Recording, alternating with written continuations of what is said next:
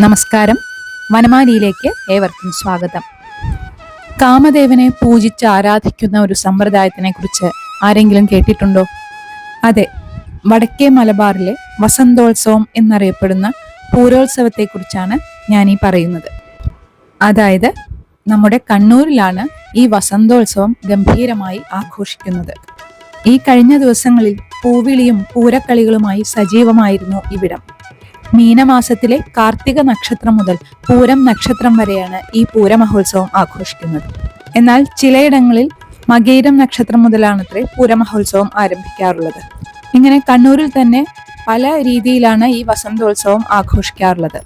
ചില സ്ഥലങ്ങളിൽ 9 ദിവസത്തെ ആഘോഷമാണ്, എന്നാൽ ചില സ്ഥലങ്ങളിൽ 7 ദിവസമാണ്, ചില സ്ഥലങ്ങളിൽ 5 ദിവസമാണ്.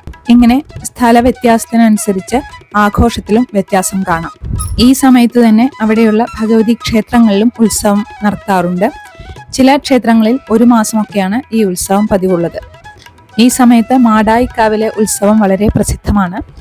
കന്യകമാരായ ബാലികമാർ വ്രതമെടുത്ത് മംഗല്യ സൗഭാഗ്യത്തിനായി കാമദേവനെ ആരാധിക്കുന്നതാണ് ഈ ചടങ്ങ്. മണ്ണുകൊണ്ടോ ചാണകം കൊണ്ടോ കാമദേവ രൂപം ഉണ്ടാക്കുന്നു. ഇതിൽ തന്നെ ഇന്ന ദിവസം മണ്ണുകൊണ്ട്, ഇന്ന ദിവസം ചാണകം കൊണ്ട് എന്നൊക്കെ ചില ചിട്ടവട്ടങ്ങളുണ്ട്.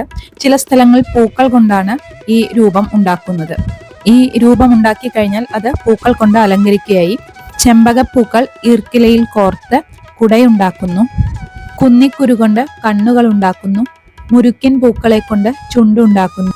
എരുക്കിൻ പൂക്കളെ കൊണ്ട് അരഞ്ഞാണം ഉണ്ടാക്കുന്നു. ചെമ്പകപ്പൂക്കൾ കൊണ്ട് മാലയുണ്ടാക്കുന്നു. ഇങ്ങനെയൊക്കെയാണ് കാമദേവന്റെ രൂപം ഉണ്ടാക്കിയെടുക്കുന്നത്. ഇങ്ങനെ കാമരൂപ വിഗ്രഹം ഉണ്ടാക്കി അതിൽ ജലവും പൂക്കളും അർപ്പിക്കുക എന്നതാണ് വീടുകളിലുള്ള പ്രധാന ചടങ്ങ്. ഈ പൂക്കളും ജലവും അർപ്പിക്കുന്നതിനുമുണ്ട് ചില ചിട്ടവട്ടങ്ങൾ. ആദ്യ ദിവസങ്ങളിൽ കിണറ്റിൻകരയിലാണത്രേ കാമദേവന് പുഷ്പാർച്ചന ചെയ്യുന്നത്. അടുത്ത ദിവസങ്ങളിൽ വീട്ടുമുറ്റത്ത് കാമദേവനെ പ്രതിഷ്ഠിക്കുകയും പുഷ്പാർച്ചന നടത്തുകയും ചെയ്യുന്നു. എന്നാൽ ചില പ്രദേശങ്ങളിൽ പൂജാമുറിയിലും ഇങ്ങനെ ചെയ്യാറുണ്ടത്രേ. ചില ഭാഗങ്ങളിൽ രാവിലെ കുളിച്ച് ശുദ്ധമായിട്ടാണ് ഈ കാമദേവനെ അർച്ചിക്കുന്നത് എങ്കിൽ ചില പ്രദേശങ്ങളിൽ ഇത് വൈകിട്ടാണ് ചെയ്യാറുള്ളത്. മണ്ണിലോ ചാണകത്തിലോ തീർത്ത കാമദേവ സങ്കല്പത്തിലുള്ള ആ വിഗ്രഹത്തിനു മുന്നിൽ വിളക്ക് കത്തിച്ച് 3 പ്രാവശ്യം കാമനെ വലം വെച്ച് കിണ്ടിയിൽ നിന്ന് ചെമ്പകപ്പൂ കൊണ്ട് 3 പ്രാവശ്യം ജലം അർപ്പിക്കുന്നു. പിന്നീട് 3 പ്രാവശ്യം പൂക്കളും അർപ്പിക്കുന്നു. ഈ സമയം വീട്ടിലെ സ്ത്രീകൾ വായ്ക്കുരവ ഇടുന്നു. കാമനെ ആരാധിക്കാനുള്ള പൂക്കൾക്കും പ്രത്യേകതയുണ്ട്. എല്ലാ പൂക്കളും ഇതിന് ഉപയോഗിക്കാറില്ല. ചെമ്പകപ്പൂ, എരിഞ്ഞിപ്പൂ, മുരുക്കിൻ പൂ, എരിക്കിൻ പൂ, നരയൻ പൂ എന്നിങ്ങനെയുള്ള പൂക്കളാണ് പ്രധാനമായും പഞ്ചബാണനെ പൂജിക്കാൻ എടുക്കാറുള്ളതത്രേ. ഈ അനുഷ്ഠാനത്തിന്റെ അല്ലെങ്കിൽ ഈ വസന്തോത്സവത്തിന്റെ ഐതിഹ്യം കാമദഹനവുമായി ബന്ധപ്പെട്ടിരിക്കുന്നു. ത്രിലോകങ്ങളും അടക്കി വാണിരുന്ന താരകാസുരനെ വധിക്കാനായി ശിവപാർവതി പരിണയം അനിവാര്യമാണെന്ന് കണ്ട ദേവന്മാർ സതീവിയോഗത്തിനു ശേഷം തപസ്സനുഷ്ഠിക്കുന്ന പരമശിവനെ തപസ്സിൽ നിന്നും ഉണർത്താനായി കാമദേവനെയാണ് ചുമതലപ്പെടുത്തുന്നത്. പാർവതീദേവിയാണെങ്കിൽ പരമശിവനെ ലഭിക്കാനായി ഘോരമായ തപസ്സനുഷ്ഠിക്കുകയുമായിരുന്നു. കാമദേവൻ തന്റെ ഉദ്യമത്തിൽ വിജയിക്കുകയും ചെയ്തു. പാർവതീദേവിയോട് അനുരാഗം ജനിപ്പിച്ച് തന്റെ തപസ്സിന് ഭംഗം വരുത്തിയത് കാമദേവനാണ് എന്ന് മനസ്സിലാക്കിയ പരമശിവൻ അതീവ കോപത്തോടെ തന്റെ തൃക്കൺ തുറന്ന് കാമദേവനെ ഭസ്മമാക്കി. ഇതറിഞ്ഞ കാമദേവ പത്നിയായ രതീദേവി തന്റെ ഭർത്താവിനെ പുനരുജ്ജീവിപ്പിക്കാൻ പാർവതീദേവിയോടും മറ്റു ദേവന്മാരോടും കേണു പ്രാർത്ഥിച്ചു. തന്റെ ഭർത്താവിനെ തിരികെ ലഭിക്കാൻ വിഷ്ണു ഭഗവാന് മാത്രമേ സാധിക്കുള്ളൂ എന്ന് മനസ്സിലാക്കിയ രതീദേവി മഹാവിഷ്ണുവിനെ സ്തുതിച്ചു തുടങ്ങി. വിഷ്ണു ഭഗവാനാകട്ടെ രതീദേവിയോട് പൂക്കൾ കൊണ്ട് കാമദേവ വിഗ്രഹമുണ്ടാക്കി പൂജിക്കാൻ ആവശ്യപ്പെട്ടു. രതീദേവിയുടെ സഖിമാരായ ദേവസ്ത്രീകളും രതീദേവിയോടൊപ്പം കാമദേവ വിഗ്രഹമുണ്ടാക്കി ദേവീ ക്ഷേത്രാങ്കണത്തിൽ വിഷ്ണു കീർത്തനങ്ങൾ പാടി നൃത്തമാടി കാമദേവനെ പുനരുജ്ജീവിപ്പിച്ചു എന്നാണ് കഥ. അതാണത്രേ ഇന്നും വസന്തകാലത്ത് ബാലികമാർ കാമ വിഗ്രഹമുണ്ടാക്കി പൂജിച്ച് കീർത്തനങ്ങൾ പാടി നൃത്തമാടി ആഘോഷിക്കുന്നത്. ഈ പൂരമഹോത്സവത്തിന്റെ അവസാന ദിവസമായ പൂരം നാളിൽ പ്രത്യേകമായ ചില ചടങ്ങുകളൊക്കെ ഉണ്ട്.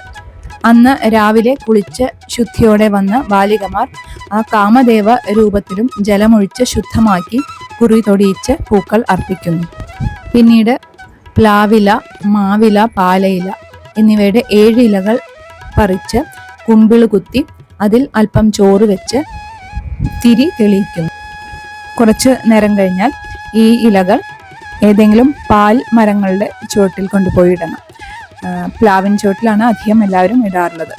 അതിനുശേഷം കാമന് വാഴയിലയിലോ ഏതെങ്കിലും വഴന ഇലയിലോ ഏതെങ്കിലും ഇലയിൽ പൂര കഞ്ഞിയും ഉപ്പിടാത്ത കറികളും ഒക്കെ വെക്കും. അല്പസമയത്തിന് ശേഷം കാമൻ കഴിച്ചു എന്നുള്ള സങ്കല്പത്തിൽ അത് അവിടെ നിന്ന് മാറ്റുകയും ചെയ്യും. അന്ന് തന്നെയാണ് വൈകുന്നേരം പൂര അട ഉണ്ടാക്കി കാമന് നേദിക്കുന്നത്. സന്ധ്യാനേരത്ത് കാമനെ ആഘോഷപൂർവ്വം യാത്രയാക്കുന്നതോടുകൂടി പൂരമഹോത്സവത്തിന് പരിസമാപ്തിയാവുകയായി. അതിനായി അതുവരെ പൂജിച്ചിട്ടുള്ള എല്ലാ കാമദേവ രൂപങ്ങൾക്കും വെള്ളം നൽകുന്നു. ശേഷം ആ കാമദേവ രൂപത്തെ വീഴ്ത്തുന്നു. എന്നിട്ട് ആ എല്ലാ രൂപങ്ങളും പൂക്കളും ഒക്കെ ഒരു മുറത്തിലാക്കി പ്ലാവിൻ ചുവട്ടിൽ, അതായത് ഒരു പാൽമരത്തിന്റെ ചുവട്ടിൽ നിക്ഷേപിക്കുന്നു. ഇതാണ് വീടുകളിൽ നടക്കുന്ന പൂരമഹോത്സവത്തിന്റെ ചെറിയ ഒരു രൂപം. അതുപോലെ തന്നെ ഈ പൂരമഹോത്സവത്തിന് ക്ഷേത്രങ്ങളിൽ നടന്നു വരുന്ന 2 കലാരൂപങ്ങളാണ് പൂരക്കളിയും മറുത്തുകളിയും. പൂരക്കളി ഇന്ന് കലോത്സവങ്ങളിൽ ഒരു മത്സരമായതുകൊണ്ട് തന്നെ പലർക്കും അതിനെക്കുറിച്ച് അറിയുന്നുണ്ടാകും. കായികക്ഷമതയാണ് പൂരക്കളിക്ക് ആവശ്യമെങ്കിൽ ബൗദ്ധിക ക്ഷമതയാണ് മറുത്തുകളിക്ക് ആവശ്യം.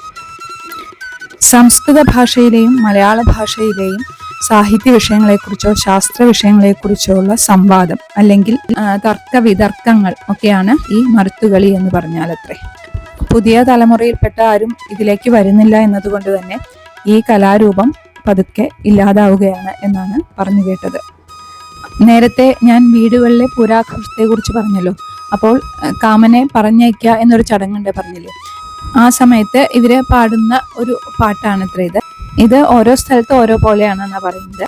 കണ്ണൂരിലുള്ള എൻ്റെ ഒരു സുഹൃത്ത് പറഞ്ഞത് ഇങ്ങനെയാണ്: നേരത്തെ കാലത്തെ വരണേ കാമ, തെക്കൻ ദിക്കില് പോകല്ലേ കാമ, കുഞ്ഞിമംഗല താറാട്ടിന് പോകല്ലേ കാമ, ഈന്തോലച്ചൂട്ട് കരിക്കേ കാമ എന്ന് തുടങ്ങി കുറച്ച് എന്തൊക്കെയോ ഉണ്ട്. എനിക്ക് മുഴുവൻ മനസ്സിലായില്ല.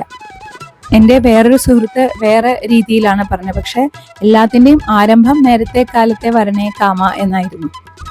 എന്തായാലും ഈ വടക്കൻ മലബാറിൻ്റെത് മാത്രമായ അല്ലെങ്കിൽ കണ്ണൂരിൻ്റെ മാത്രമായ ഈ പൂരോത്സവത്തെക്കുറിച്ച് എനിക്ക് അറിവ് നൽകിയത് എൻ്റെ അയൽവാസിയായിരുന്ന സന്ധ്യയാണ്. അവരുടെ വീട്ടിൽ ചെയ്ത അനുഷ്ഠാനത്തിൻ്റെ ചിത്രമാണ് ഞാനിവിടെ ഷെയർ ചെയ്തിരിക്കുന്നത്. ഇങ്ങനെ നമ്മുടെ ഈ കൊച്ചു കേരളത്തിൽ തന്നെ എത്രയെത്ര ആചാരങ്ങളാണ് ഉള്ളത് അല്ലേ. ഈ ആചാരാനുഷ്ഠാനങ്ങളെല്ലാം മനുഷ്യ നന്മയ്ക്ക് വേണ്ടിയുള്ളതാണ്. നമ്മുടെ ഈ ജീവിതം നന്മ നിറഞ്ഞതാവട്ടെ എന്ന പ്രാർത്ഥനയോടെ